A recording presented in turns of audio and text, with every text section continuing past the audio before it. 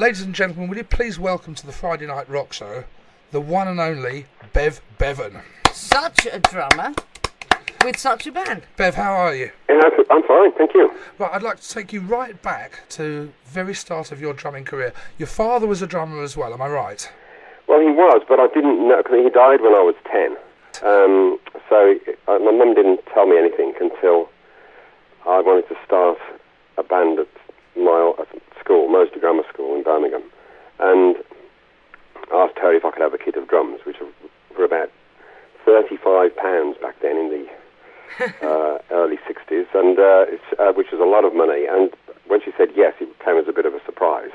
And it was only then that she told me that my dad used to be a drummer. So it was kind of in your blood? Yeah, apparently. Now, who influenced you? Who were your early influences?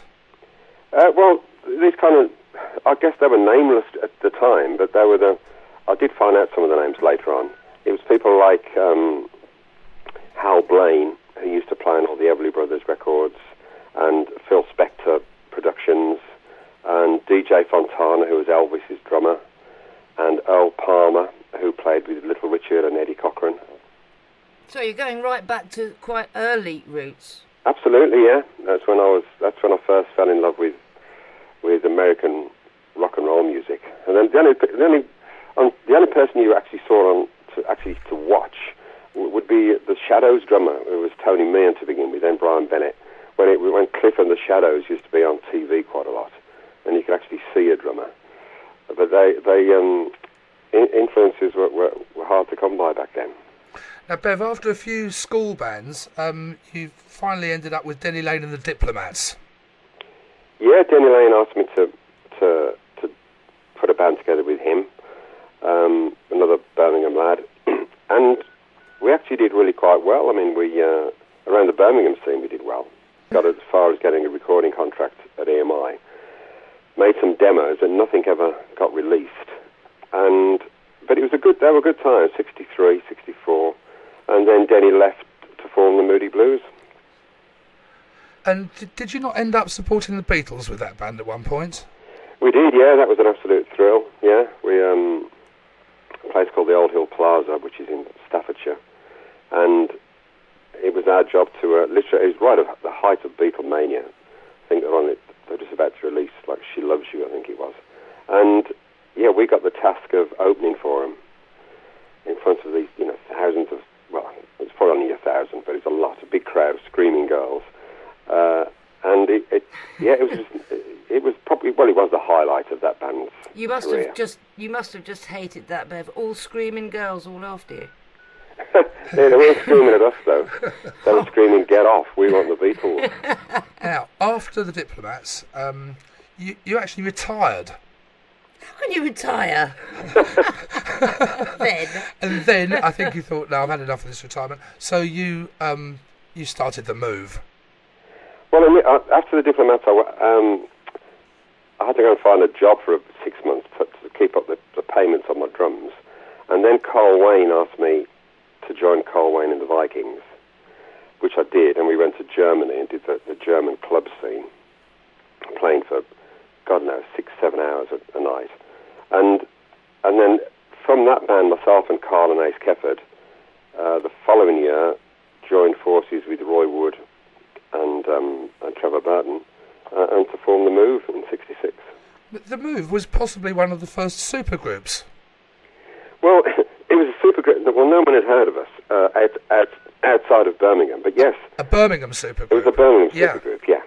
As I suppose the Moody Blues were in the work too. Tell me, why were you guys sued by Harold Wilson? Well, our manager, Tony Secunda, was always keen on us doing all kinds of publicity stunts. He had us carrying a replica H-bomb around the streets of Manchester. He had us, when Fire Brigade was released, he had us set fire to the Marquee Club stage so the Fire Brigade would actually arrive, along with photographers. He's always doing balmy things, but the one with Harold Wilson, without our knowledge, he issued a publicity postcard for Flowers in the Rain, and it was clearly libelous, and we were sued.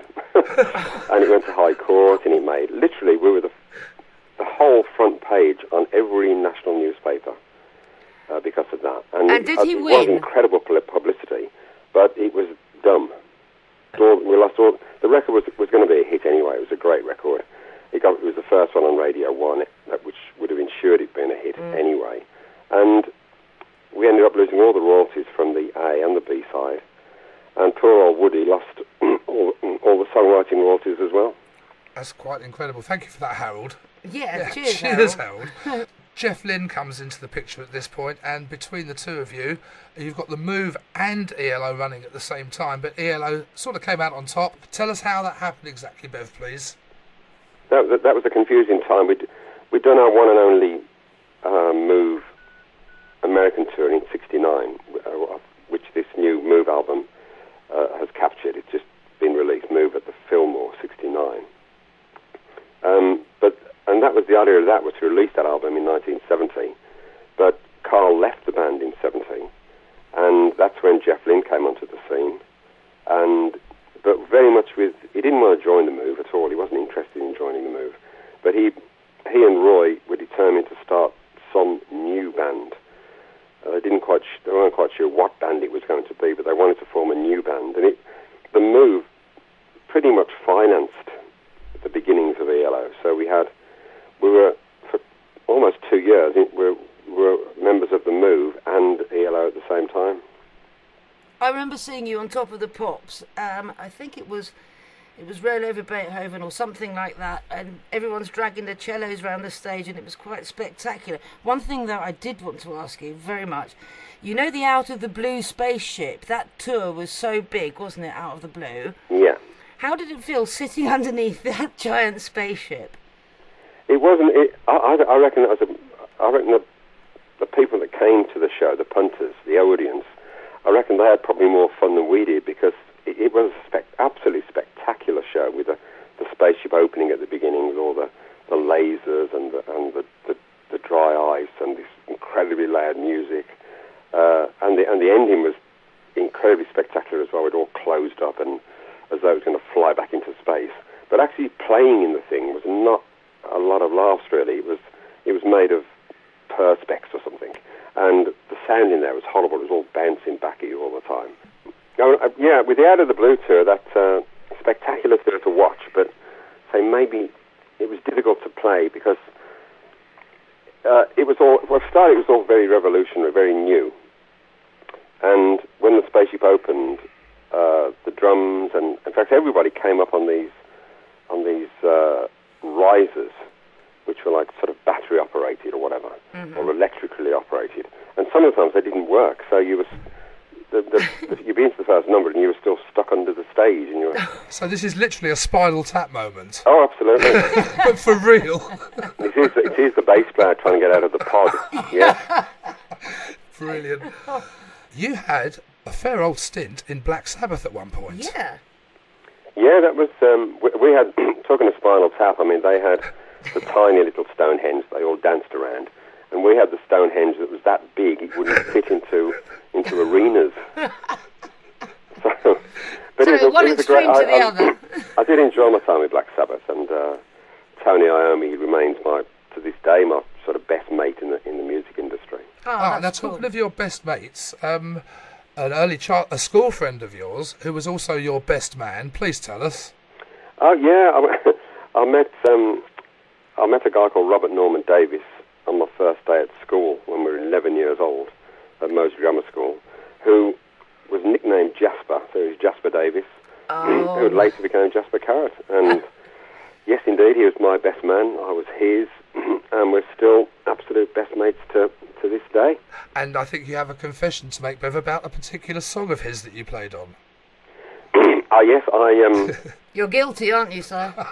Guilty as charged. Yeah. I played drums, and it was me that did the funky moped. Oh, wow! We've got that on tape. He's doing funky moped. Classic.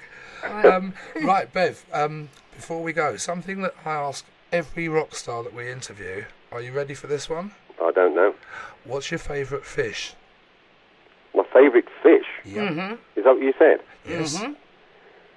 It's okay. On a serious answer, it is. It's most definitely Dover Sole.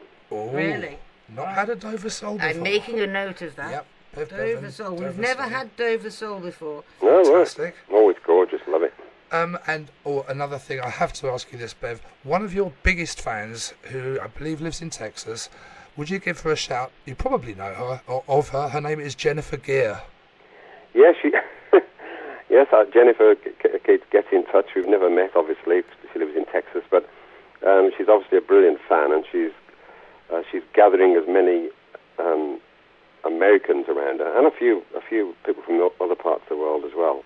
It's almost like a Bev Bevan fan club. So hi, Jennifer. Thank you for all your support. A chance for you to plug the new album that's just come out. Yes, please, let's hear.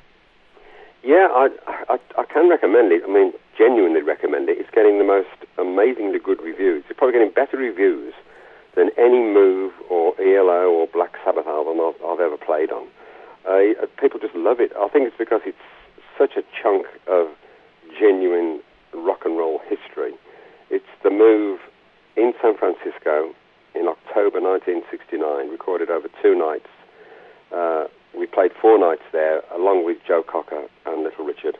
And It's just a really heavy rock. It's nothing like any of the Move singles. This is really heavy rock. And if you like heavy rock, you'll love the Move live at the Fillmore 69. Well, we do, and we will feature it. Go out and buy it, people. And it's at the Fillmore. What a magical place to play. It's legend. Yeah, one of the great American rock venues of all time, absolutely.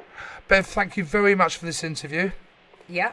Ladies You're and very gentlemen, welcome. Good to speak to you. And keep on rocking. ladies and gentlemen, the legendary Bev Bevan. Thank you very much. Brilliant. Thank you. Absolutely brilliant.